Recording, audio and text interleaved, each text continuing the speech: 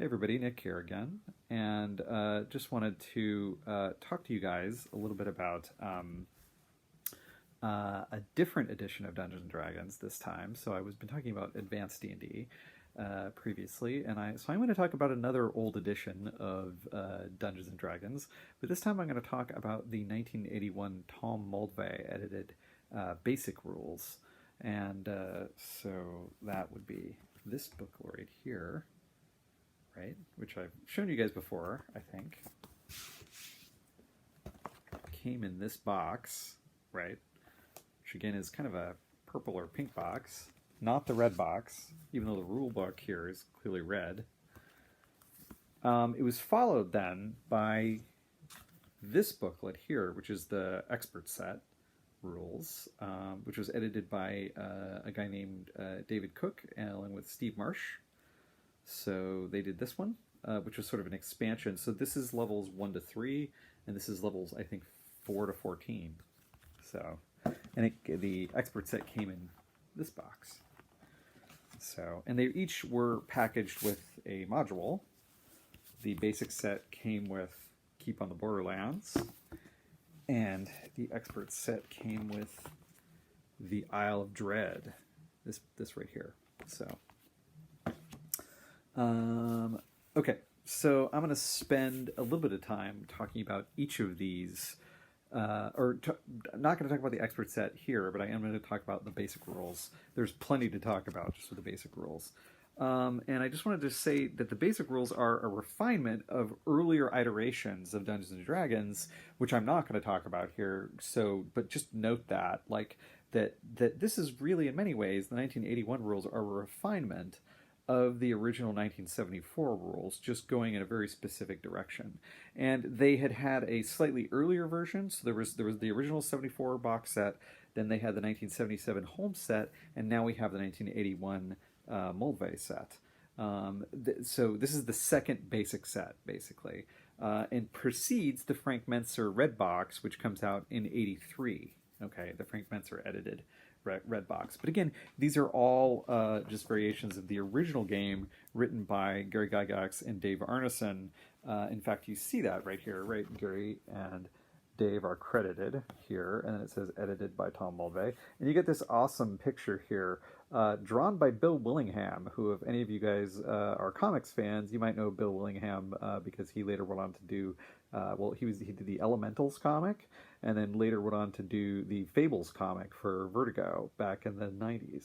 So, okay.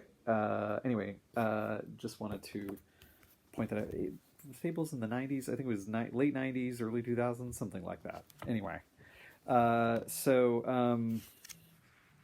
okay, so I want to talk about the basic rules here. And I just want to say that this is a really tight version of the game, and that it's different than AD&D in a lot of ways. There are a lot of similarities too, but it's different, and it's just a tighter game. It just feels tighter. Some people prefer AD&D, and I love AD&D, but I think if I was just going to hand somebody an early version of the game to play, this would be the version I'd tell them to pick up, and say, just pick up the Moldvay set and look at that. Because it kind of tells you everything you kind of need to know. And so it's a pretty prescriptive, fairly well-explained version of the rules. Maybe up until this point was the best explained version of the rules, I think. And it's very clear about what it's doing. The basic set is basically about going into dungeons, killing monsters, and getting treasure. That's really what it is about, right? Maybe not even so much. I mean, the killing monsters part is a huge part of this, but it's maybe the getting treasure part that's maybe the more important bit, because as we'll talk about that in a little bit. Because treasure is really how you advance in the game, right? In a lot of ways. So it's not even so much the killing of the monsters. You get very little experience points for killing monsters in the earlier iterations of Dungeons and Dragons. So Just want to note a couple things about this edition that are pretty interesting. Um, First of all, the thing that I think people most note about this edition is the existence of what they call race as class, right? So what we have here is a version of Dungeons and Dragons, which is a sort of interpretation of what the 1974 rules say. The 1974 rules. So I've heard people say that the 1974 rules have race as class, and that's kind of true, but kind of not, because basically the 1974 rules seem to suggest certain things about the races. Like basically, halflings are basically fighters, and dwarves are basically fighters, and then elves are kind of fighter magic users, right? That's basically how they function, and they're kind of separate classes, but that's not really how they're listed. So it's kind of, you can extrapolate both AD&D's separation of race and class and the basic set's creation of races as classes, right?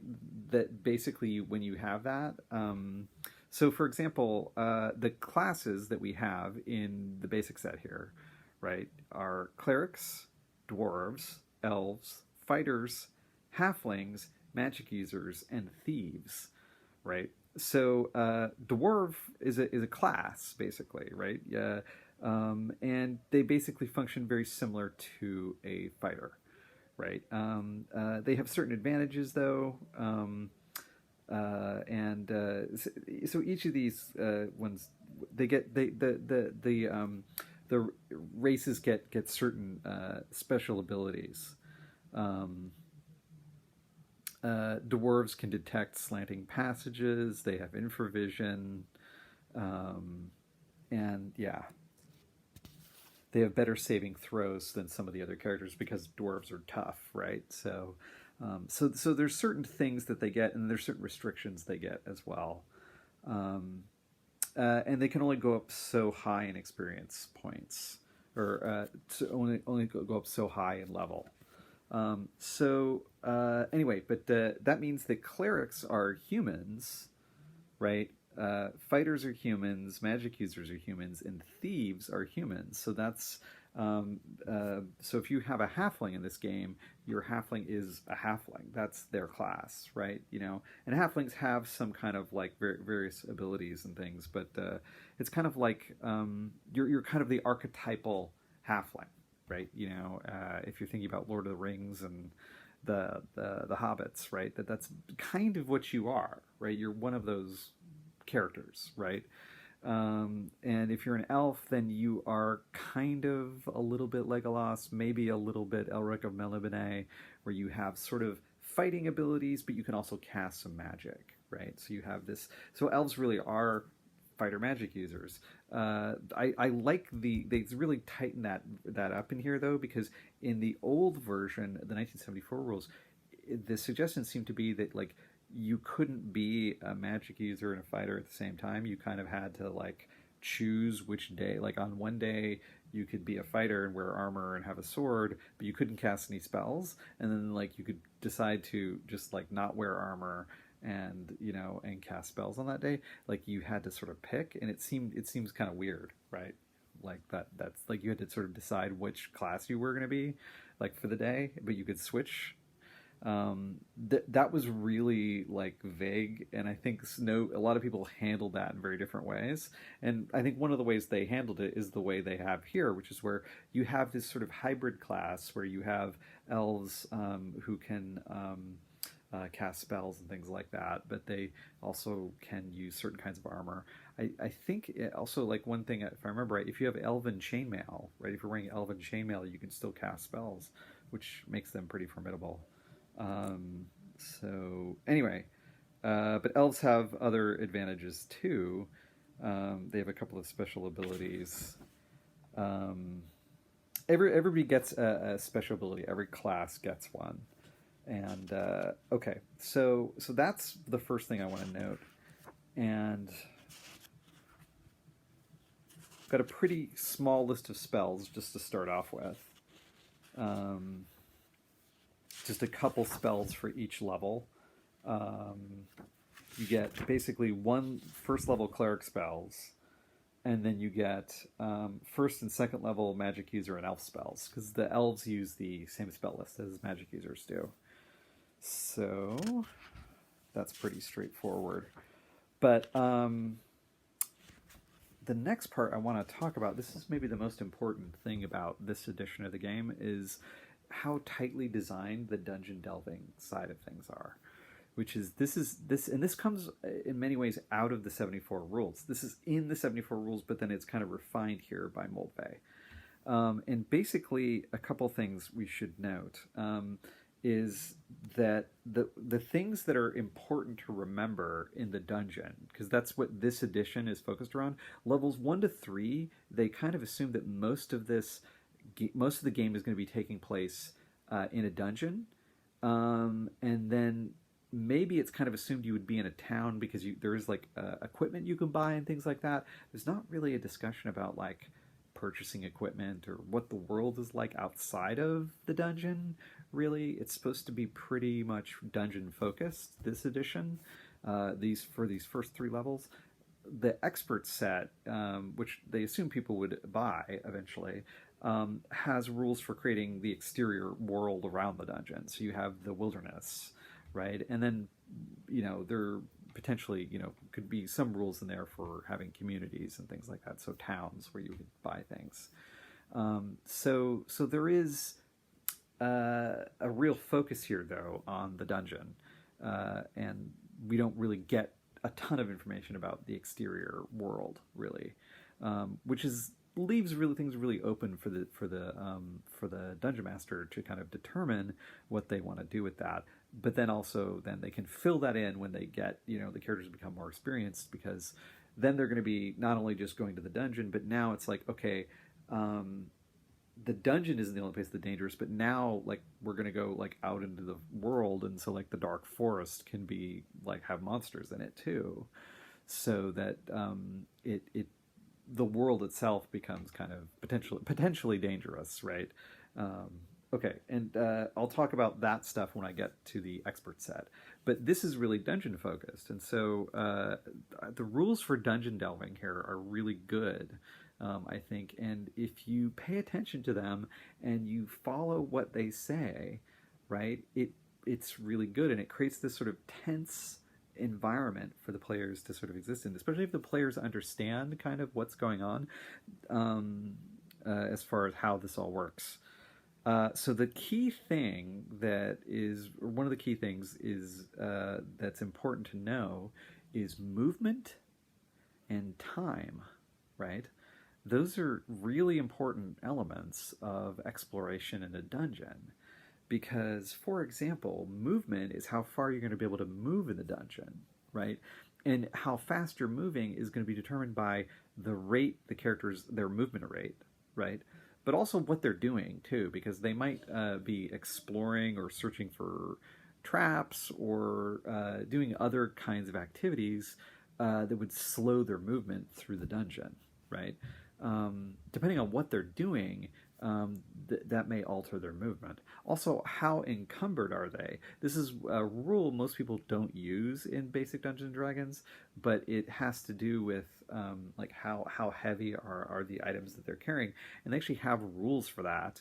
And weirdly, they measure all of the weights in coins. So, like, they say basically, like, you can carry this much, so many pieces of gold. Like, you can carry, 800 pieces of gold without being encumbered, or whatever it is, right? The encumbrance rules, I believe, are optional, but are they optional? Let me look.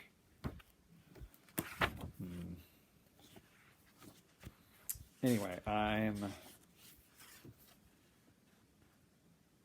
Encumbrance is listed as being optional. Yeah. So, depending on how encumbered you are, how many coins you're carrying, that determines your movement rate. Like, so if you're encumbered with a certain amount of weight, then you're gonna be able to that's going to be determine your movement. So what's interesting is that I think why that is in there is because if you're carrying out a bunch of loot, right, out of the dungeon, that's maybe going to affect your movement rate, right? So that you have all of this gold and stuff you're trying to carry out of the dungeon, and so that's going to slow you down potentially. And that means that because here's the thing: when you move, right, like every so often, right, every so many, the game is broken essentially into turns. This is the key thing I should mention, is that there are these turns. And the turns at the table, the turn can kind of be for however long. The players just have to explain what they're going to be doing, and the GM then extrapolates. Okay, for the next 10 minutes, because turn is 10 minutes in the game world. So for the next 10 minutes, what are they doing? And they can look basically at the activities they're going to be doing, and the DM might think, okay, this is going to take them about 10 minutes. So that'll take one turn to do. Or if the characters are just moving through the dungeon, you can look at their movement rate and determine how far they're going to get in one turn, basically. And so depending on what your movement rate is, right? Your movement rate could be, and the movement rates are incredibly slow in this, right? It's like, I think the highest movement rate, for a normal person moving through the dungeon, is 120 feet per turn. So that's 120 feet every 10 minutes, which is incredibly slow. But this is assuming that you're actually, they don't say, hey, you can't like go faster than that. What they're saying is that like that's the rate at which you're kind of because you're moving through an incredibly dark space with torches, and you can't really see in front of you very far, and you're just kind of carefully moving through this space, aware that the space is dangerous, that there's like things that can kill you in here, there's potentially monsters, and there's probably traps too, so that you're moving through the dungeon kind of at this incredibly sort of slower pace. You're being very cautious. That's sort of seems to be the assumption here.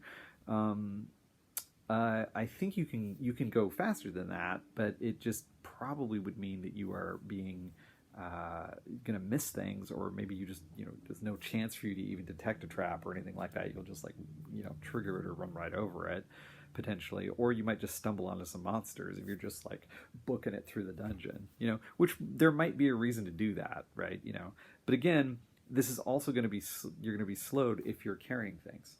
Now the thing is, for every so many turns, the game master is going to roll a dice. He's going to roll a d6, and if that dice comes up a 1, then that is going to indicate that there is a wandering monster, right?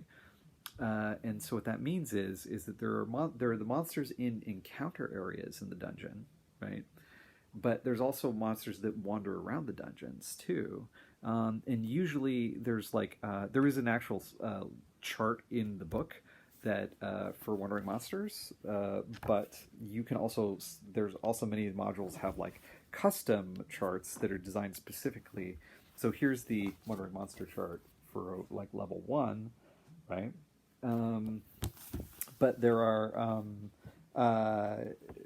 but you can, like I said, there's custom ones for various dungeons. Like if you buy a module that has a dungeon in it, there would be probably a wandering monster chart. Like here's the wandering monster chart for this particular environment, right?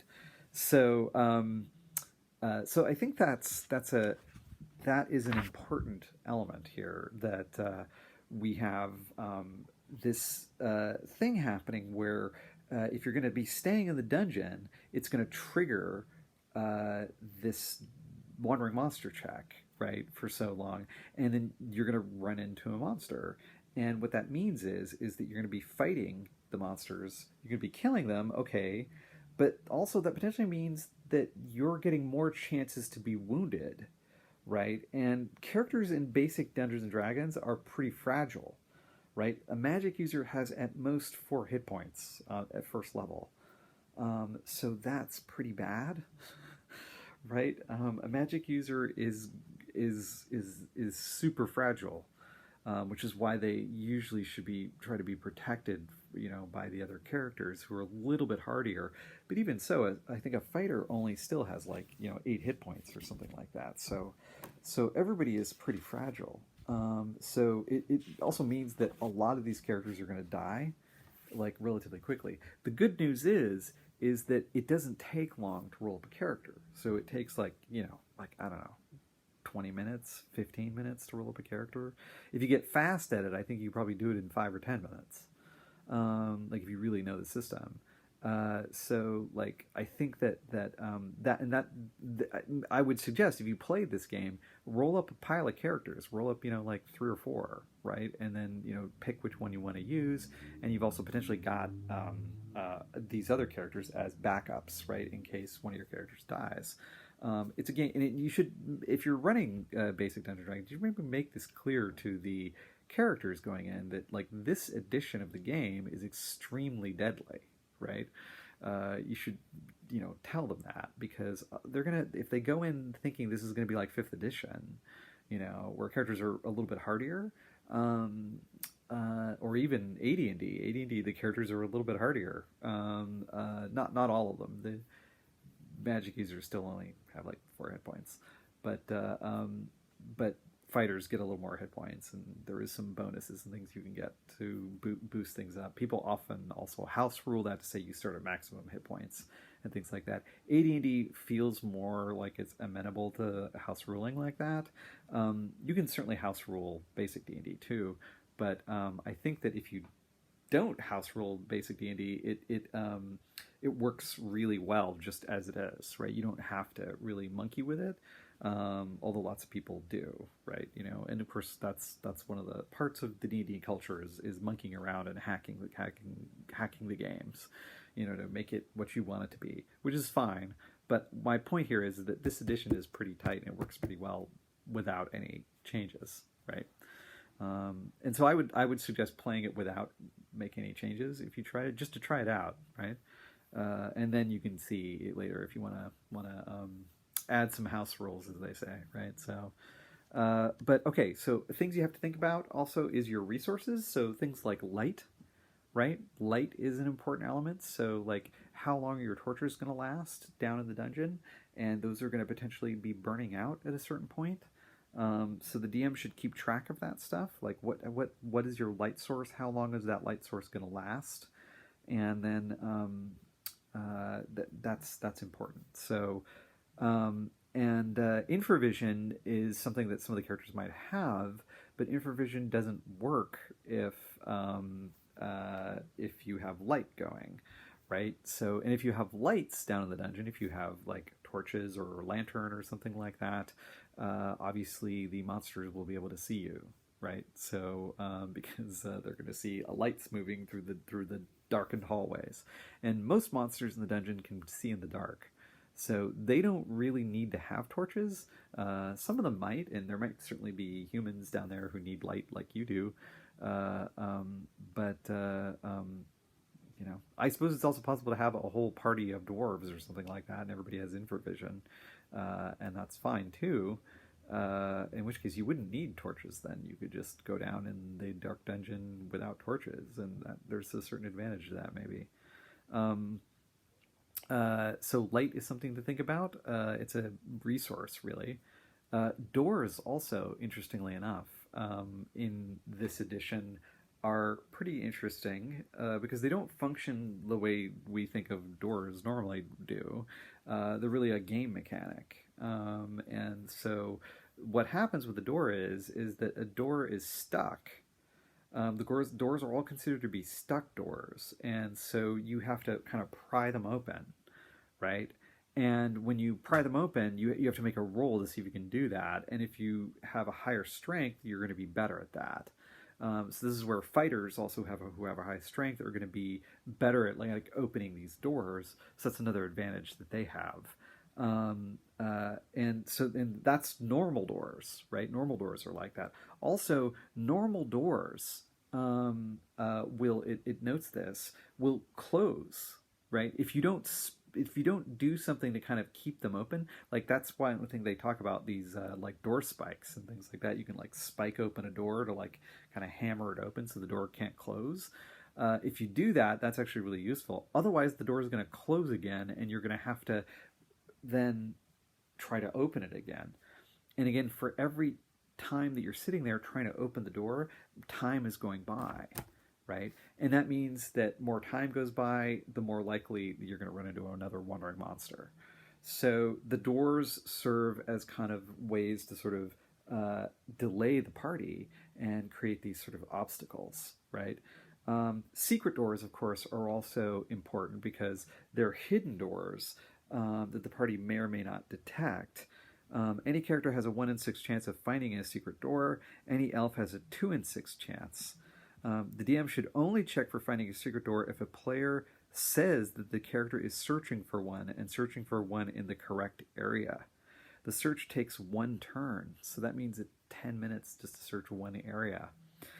Each character has only 1 chance to find each secret door, so if you miss it, you're not going to find it.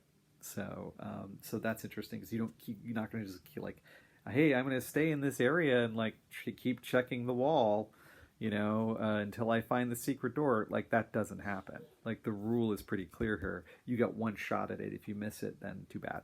So, and then that means that they don't find that secret door and they're going to have to find some other way, right? So like that's the other thing, right? Like if you like are expecting as a dungeon master, if you make your own dungeon, you're like, well, they have to find this secret door or the adventure doesn't work. Then don't do that in this edition. Like don't do that because they might not find the secret door, and that's actually interesting. That's actually a good thing, right? Because it creates a new situation. Then they have to like figure something else out. And you as the GM, like if this was all going to be predictable, then what's the fun for you as the game master also? Because like you want this to be a dynamic space, and so all of these sort of random elements that are in the game, the wandering monsters, the chances that they're going to succeed or fail to find things, right? All of that stuff is going to affect the outcome of the adventure, right? And that's important, right? Okay. So the other thing they mention here is retainers, right? So it's you can hire people to come down into the dungeon with you, and you can have a certain number of retainers.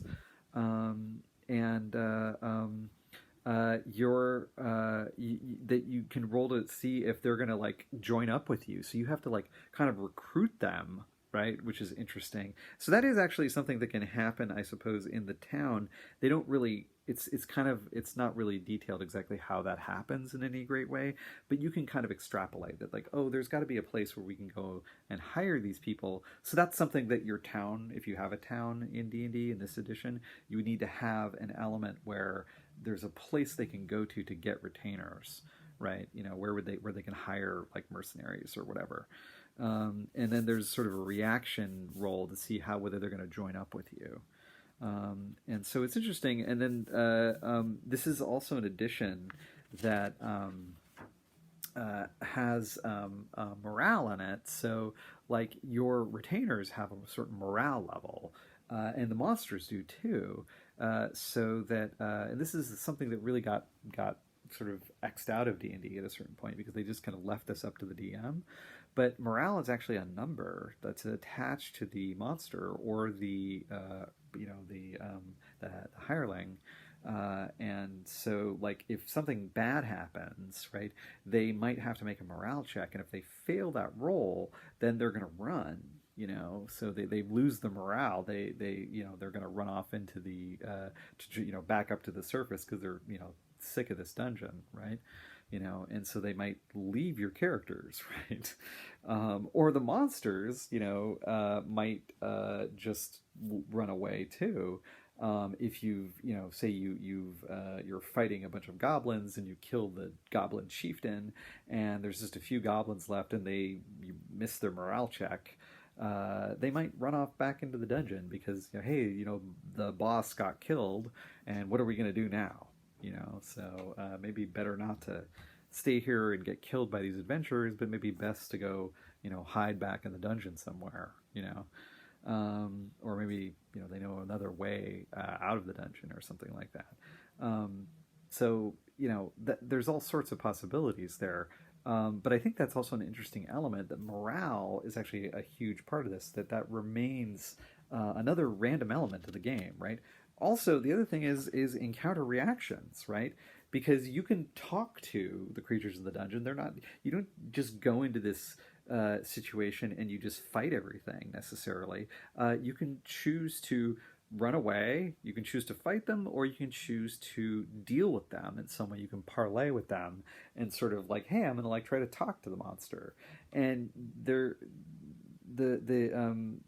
dungeon master is going to make a reaction roll for the monster, and that is going to kind of give us a sense of what the monster's attitude toward you is. So it's interesting because you might sometimes roll something and you'd be like, hey, why are these orcs really well disposed toward us? That's really weird. They're not necessarily hostile to us. Well, maybe the orcs think that you're somebody who's on their side. Maybe they're like, oh, hey, are you the mercenaries that so-and-so sent to us? And they might just assume that you're buddies, somehow with them. And that would be a really interesting situation, and so that kind of thing can happen in the game, or also a creature that you would assume is maybe friendly, to you, suddenly isn't, right? If there's a creature that's these halflings or whatever, who we met in the dungeon, the halflings seem like they wouldn't be bad people, but these halflings attacked us because we rolled so badly on our reaction roll that they maybe they have the halflings mistaken you for somebody else. Do they think you're evil people? Who knows, right? Or is there something about you that the halflings don't like? That has set them off? Or maybe the halflings are just so paranoid about being down in the dungeon that they just are attacking anybody that comes by because they're just not willing to. They're not trusting anyone. So who knows, right? You can kind of determine that. The reaction roll just tells you how they feel. It doesn't explain why they feel that way. That's really up to the dungeon master to kind of determine why that is, right? And so you have to kind of think about that a little bit. But it's interesting, and obviously you can feel free to. I mean, you obviously have the option to ignore a result that really doesn't make sense to you. Okay, that makes absolutely no sense. But I do think it is interesting to leave yourself open to the possibility of monsters having these kind of interesting reactions. So, and then the monsters are going to behave based on that. So that's the thing I think is super fascinating about this. We have morale, we have monster reactions, that are not necessarily going to be predictable reactions, right? And then, of course, we have combat, right? We have the classic D&D sort of, this is many people, in most editions, this is what people consider to be the core activity of D&D, right, is fighting monsters, right? Which I wouldn't actually say that is true in this edition. Fighting isn't necessarily the core activity. The core activity in this edition is exploring, right? Is exploring these dungeons, is moving through the dungeons. And combat is potentially part of that, but it's just part of this larger subset of adventuring, right? The way the book is broken up, you have the adventure and then you have encounters, right? And this gets down into the specific things like monster reactions, combat, that kind of stuff like that. But the adventure is the whole let's the whole thing that this is happening inside of the framework, the actual dungeon, and the things I talked about, with turns and movement and encounters and then wandering monsters, all that stuff. But now we're getting down to, okay, how do we do combat and everything? And that's very well explained. And it's pretty simple in this edition. It's pretty simple. Although I know some people hate THAC0. They just can't stand THAC0 for some reason, which is to hit armor class 0. That's what that stands for. And they don't actually call it that in this. In this, it's actually pretty straightforward. I mean, you just have a set of numbers. You have basically an armor class written, and then you have the number written next to that, which is the number you need to roll on a d20 to hit that armor class. And it's right there on your character sheet. So if I tell you, the goblin has a 3 armor class, you just look at your or a 5 armor class, you just look at your sheet and you say, oh, he has a 5 armor class, and this is what I need to roll to hit him, right? And that's pretty straightforward.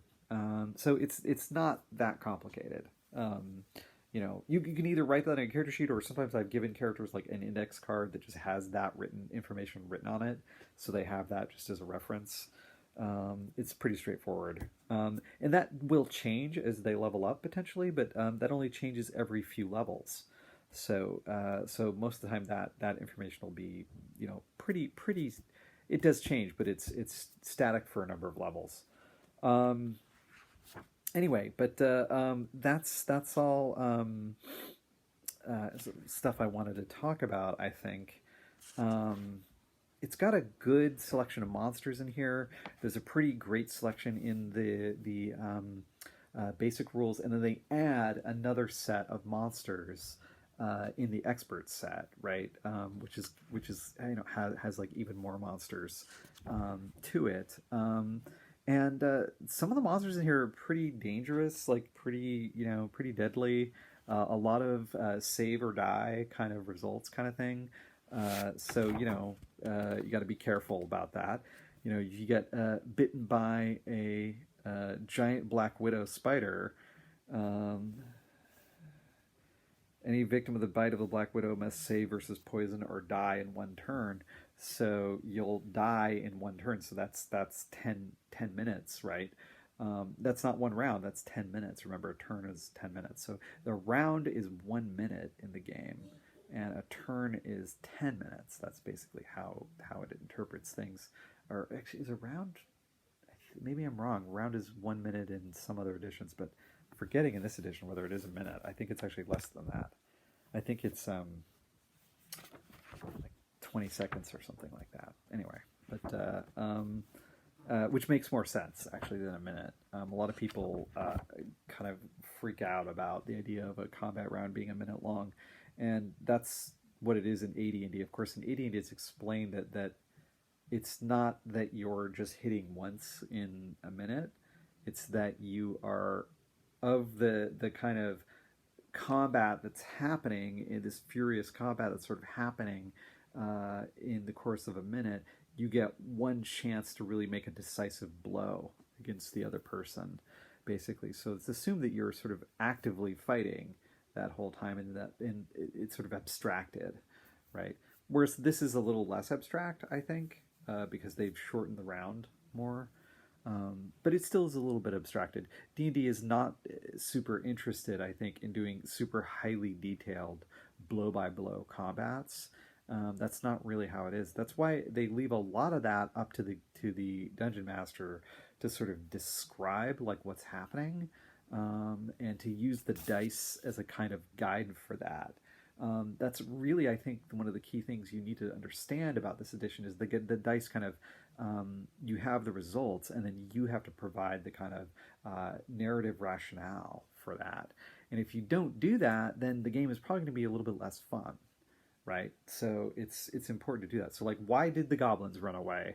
Well, don't just like make it a very mechanical process of you just saying, well, I rolled an 11 or whatever, so they, whatever. Or they just failed their morale roll, so like that's what happens.